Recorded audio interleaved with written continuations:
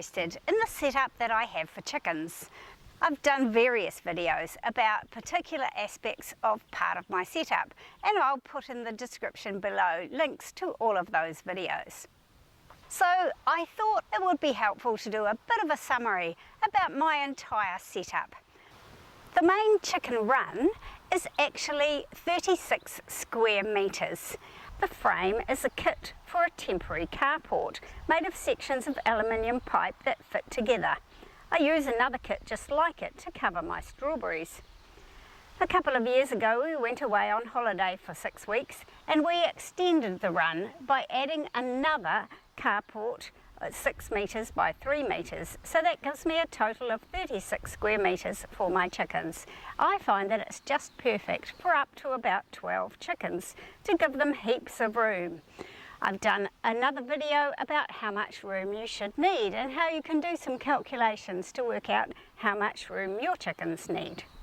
I just covered the whole thing in chicken netting, and that's all that we need because we don't have much in the way of predators around here. Originally I thought the chicken netting would keep the sparrows and other birds out. Actually I found out that the sparrows can squeeze through the chicken netting, and so it didn't keep them out entirely. You might have noticed a couple of times in my videos this little black Dalek looking thing here. It's actually my main compost bin, and I've found that it's very useful to have the compost bin right here next to the chicken run. When I'm cleaning out the chicken house and taking out all of that dirty shavings, I can just throw them straight in the compost bin, and that works really well. But we'll get into that little more detail shortly. Let's start with the door. I've actually done a whole video about how I made a new door for my chicken coop when the old one wore out. But one of the aspects that I don't think I mentioned was that it opens outwards. Now that's quite deliberate. In fact, my old door used to open inwards, but I made it open outwards because I like to have a lot of bark and other soft things on the ground inside the chicken run.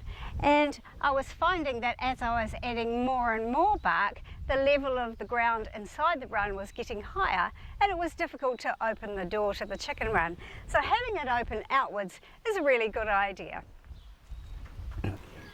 From here you can see quite a bit of the run itself.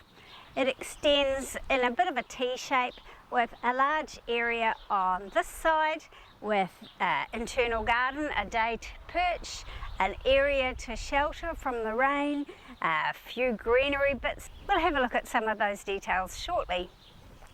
And further back is the original area, 6 metres by 3 metres, that has the feeder, another daytime shelter, and the waterer and the house itself. The house itself is a little bit away from the edges of the chicken run, so that the chickens can actually go round and round the house without obstruction. That's a quite important feature from the point of view of allowing the chickens that are lower on the pecking order to get away from anything that might be tending to be a bit of a bully. In this far corner of the run, I have a daytime perch. Of course, my husband built it for the chickens and me. And the chickens really love just perching on here in the daytime, just looking out, hanging around, doing a bit of preening. It's a really enjoyable aspect of this particular chicken run, and it so happens that I can look at what's happening on the run from my breakfast table. So for me it's been a really enjoyable aspect of my chicken run. Hanging on the side of the run just here is just a cage that I can put some extra greenery in when the chickens want a little bit of extra greens, and it gives them a bit of exercise if I hang it high enough. I mentioned that in something, I can't remember what.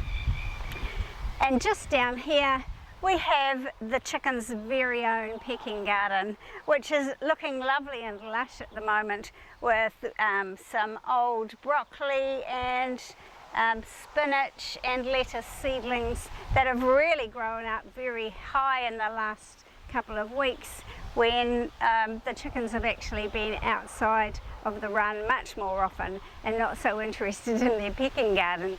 But if you have chickens that are mostly inside the run, then a pecking garden is a really good idea. And over on this side, we've got a daytime shelter. It does rain quite a bit here in the Manawa too, so there's just a roof on the top here, and underneath I've got another little low perch. So the chickens like to hang out there, sit around on the perch, do a bit of preening, just another place for them to enjoy being chickens really. And if you have a very sunny environment, then you could make more of a shady area for them to sit on. But actually, what I haven't mentioned so far is the roof of my chicken run. The roof of the chicken run, of course, it's all just covered in the same kind of chicken wire that is covering all of the walls and everything, but on top of the roof I've got some shade cloth. It is only shade cloth, it's not waterproof, although it does keep the worst of the rain from falling straight down onto the chickens and into the chicken run. Quite a lot of the heavy stuff will just run off, but the water will definitely drip through, especially as it's been raining for a while. But the other thing that it does is it keeps a lot of the sun off. Again, not total shade, but just a little bit of shade, so that in a really hot sun, the chickens are not as hot as they would be out unprotected. And of course we do know that chickens really like to have the covering of something over the top of them. They much prefer to be under a shelter than exposed out into the bare sun, where they feel like they might be at threat from predators. As you know, chickens are prey animals and they don't like to be out where there is no protection or shelter or nowhere that they can hide from predators. So having a bit of a roof over the top of your chicken run is a really good idea. We have a lot of wind here in the Manawa too. You're probably even hearing it on the video at the moment. And I found that the shade cloth doesn't catch the wind, and so it doesn't blow away quite so much. And it's not so much of a danger to the whole structure itself. It just lets the wind blow through and works really well. So let's move into the main and original area of the chicken run and have a look at some of the features in there. Just here is another little bit of a daytime shelter. We'll have a look at that from this side in a minute. Over here we've got the feeder. Behind it we have the waterer, and then there's the chicken house itself. I want to have a look at a little something in this corner that you probably can't see yet. Let's zoom in. These couple of old boards down here that you can scarcely see are in fact the end of a pallet, you know, just an ordinary packing pallet. They just happen to be exactly the right size to use to put an old container, an old margarine container in, and that just fits perfectly. So if I want to give the chickens a little bit of a treat, something that they don't normally get, then I can just put the container straight into the end of the boards there, and it works really well. So, you know, if you're making something out of an old pallet and you have a little bit of end, then think about just throwing it in the corner of your chicken run and you can use it as a bit of a feeder. So there's a really simple idea for any of you who want a little bit of an extra feeder. But of course the main feeder is this one behind me here. And I've talked before about the grandpa's feeder. It's a really fantastic way of making sure that those sparrows that came through this wire netting didn't just go ahead and eat all of the chicken food that I was intending to feed my chickens. It has definitely saved me a lot of money over the years, even though they're quite expensive to buy. So I've done a whole video about the grandpa's feeder. Do check that out. But what I've also done on the back of this feeder, which is why I'm still sitting here, is that I've put the grit container here in the back. Most people would have their grandpa's feeder set up so that the chickens would access the front of the feeder, and they might put the back of the feeder against a chicken run wall or something. But because I've left this here so that the chickens can also access the back of the feeder, it's made a perfect place to put the grit. Now, I've done a video about grit for chickens, a couple of different kinds of grit in fact, so check out both of those. You will be making soluble grit available to your laying hens so that they can make nice strong eggshells, and of course the other insoluble grit is to help their digestion. So I just think that's a pretty cool place to put the grit container. They can get at it pretty easily, and they do spread some down in front of it a little bit. It's not a problem. They don't scratch the whole thing out and upend it because it just happens to be sitting quite firmly in there.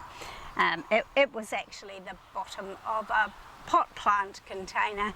That was the bit that held the water underneath a very long pot plant, but I've just repurposed it because it just happens to fit there, that's all. So don't forget the grit when you're thinking about where you're going to put the feed. As you know, I've done a whole video about the grandpa's feeder, and I've done a couple of extra videos about how to provide water for your chickens. Now, water is very important for your chickens, and if the weather's a little bit warm, then it's also important that the water be nice and fresh and cool. So make sure that your chickens always have plenty of fresh water available to all of them. That might mean having more than one water container so that the chickens that are lower on the pecking order always have access to water. Originally, I made lots of little portable waterers, and I still use those a lot, but more recently for the main chicken run, I have an automatic waterer, and I've done a whole video about how we made that and how it works. So check that one out as well. So finally we come to the actual chicken house itself, and there's a couple of aspects of the design and construction of this that I'd like to talk about, starting of course from the things that you can see from the outside, and perhaps the most obvious is in fact the nest box. A lot of people have nest boxes that you can access from outside without going inside the chicken house, and I still kind of think that's a good idea, especially if you have people coming to look after your chickens for you when you're on holiday. I've done a video about thinking about how you're going to get your chickens looked after while you're on holiday, but those people often just want to pop in the door, check that the food and water is okay, pick up the eggs and go, and they can be done in just a couple of minutes. But I find that I do like to check inside the chicken house every day when I come out, or probably twice a day actually, when I come out to check on the chickens. I will pick up the eggs, but before I open the lid to see if there are any eggs there, I always put my head inside to make sure that there are no chickens still sitting on the nest at the time. It can be quite startling if you lift the lid and find that there's a chicken in there, and that can disrupt the egg laying a little bit, so not such a good idea. So I always like to just look inside, check that everything is okay before I open the lid and pick up the eggs. And of course I can look inside because my chicken door has a double door, and I talked a little bit about that in one of my other videos.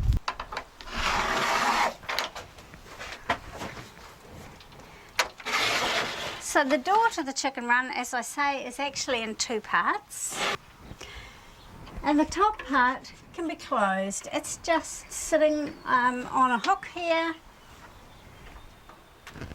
and it can be opened or closed. Now, the top part of the door here is actually made from some translucent plastic, corrugated polycarbonate or something, so that you can see through it, and more importantly so that the light gets through it. It's quite important that a chicken house have lots of light. If you don't have a lot of natural light in your chicken house, then you're going to be wanting to put in some artificial light, and that's another whole question that I'm really not going to go into today. But probably the easiest way is to make sure that your chicken house always has lots of natural light inside it. As you can see, it's pretty easy for me to be able to stand up in my chicken house, and I think that's quite an important aspect of a chicken house design. Think about whether you're going to be able to go in to do the cleaning very easily and conveniently, or whether you're going to make it so tiny that you can stand on the outside and do the cleaning. There is definitely some cleaning to be done in a chicken house, so consider that in your design. I prefer a design that I can get right inside, pick up the chickens, do anything else that I want to in here, and it's very easy for me. So I have plenty of headroom, partly because I'm not a very tall person. But while we're in here and thinking about the roof, this is one thing that I've done that's quite unusual, and that's having a translucent roof. You can see it's made of the same kind of corrugated polycarbonate that I've used on the little door here. And that has advantages and disadvantages, I have to say. It lets in lots of light, which means that during the spring and the autumn, when the daytime isn't actually very long, the chickens certainly get the advantage of all of the daylight that there is, from dawn till dusk really, and they don't have to go inside and a little bit earlier before dusk comes. They don't have to wait inside a little bit after dawn before they see the light and go out, and so their egg making equipment gets that maximum benefit for the amount of natural light that there is.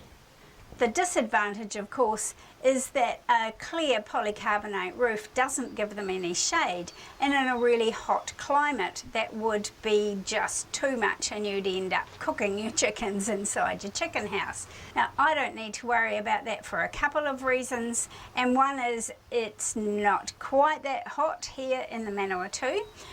Secondly, I have, as I mentioned earlier, the shade cloth right over the top of the chicken run. And thirdly, this particular part of the chicken run actually has some trees that are over the top of the roof that is over the top of the house that the chickens are actually nesting in. So I get away with having a clear polycarbonate roof on the chicken run. If I had my chicken house a bit more exposed, then I'd probably be more inclined to use the clear material in the walls of the chicken house rather than on the roof. That's something to think about. As you probably know, I've done a whole video about perches. It was one of the earliest videos that I actually made. And some of those lessons about perches are still absolutely what I believe in. In particular, that these perches are completely removable. They're just sitting on top of the rest at each end, so it's very easy to check underneath them for mites, take them out when I want to clean the whole chicken house, and yeah, really convenient for people. The other aspect of these perches is that although I have 2 of them because I had 12 chickens all perching in here and it wasn't quite enough space for 12 chickens on one perch, I have them both at the same height. Now there's a couple of different schools of thought about that, whether you should have them staggered so that the chickens that are higher on the pecking order can be higher, but I just feel like you get a lot less bullying, a lot less fighting if they're all on the same height. Haven't actually done any experiments or a lot of research about that, so maybe I'll do a video about that one day. But for the moment, if I have more than one perch, I have them all both at the same height.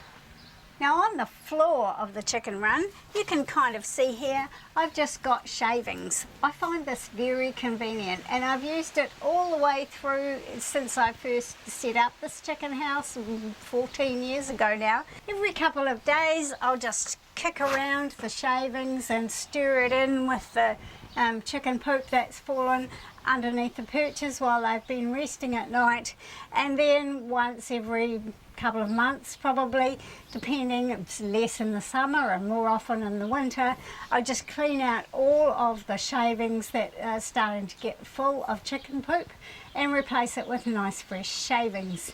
The shavings and chicken poop is just fantastic for your garden, and if I'm not planting directly into it, I can use it as a mulch on top of the gardens. But otherwise I can put it into the compost heap, which remember is right outside the door, and it just makes fantastic compost. And it's one of the real treasures of having chickens, is that they give you so much chicken poop, which is just magic manure for the garden. Here is a view of the nest boxes from the point of view of the chickens. I've done a whole video about nest boxes and how you should design them to make them most appealing for your chickens, to encourage them to lay in the nest boxes, including of course the height from the ground, and remember the height from the perch. Your perch needs to be higher than the nest boxes, or you'll have the chickens sleeping in the nest boxes at night. They're just too cozy and tempting, and we don't want that for all kinds of reasons. And if we look through the door of the chicken house out towards the run, we can see again this little daytime shelter that I've got for the chickens that gives them a bit more place to get away from each other. It's always a good idea to have more than one option for the chickens, so they don't all have to be fighting for the same area if they're not particularly getting on too well together, or there's too many of them to fit.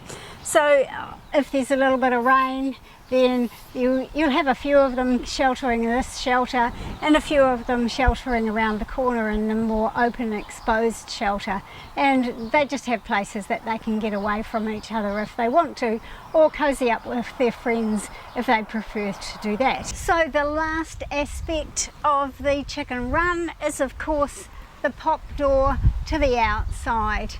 I've done a couple of videos about whether you should let your chickens free range or not, and I recognise that some people will not be able to free range their chickens at all. Other people will have them free ranging all the time. I actually have a combination. They're usually in the chicken run in the morning, and in the afternoon I just open this little pop door. They can go out into the surrounding bush covered area here where they really enjoy being, and of course I enjoy seeing them out and about on my lawn and in my garden. So that's a bit of a roundup of the setup that I use for my chickens and some of the features that I found really work for me. I hope that some of my other videos will help you to think of some ideas, maybe some things that you can try, because it's important that you find that things that work for you and your chickens in your environment. What works for me has really worked for me in this particular environment, but it doesn't necessarily work for everybody, I know that. So it's a good idea to just think of some of the principles, understand why some things work better than others, and then you can make your own choice for you and for your chickens. So until next time, thanks for watching. Bye now.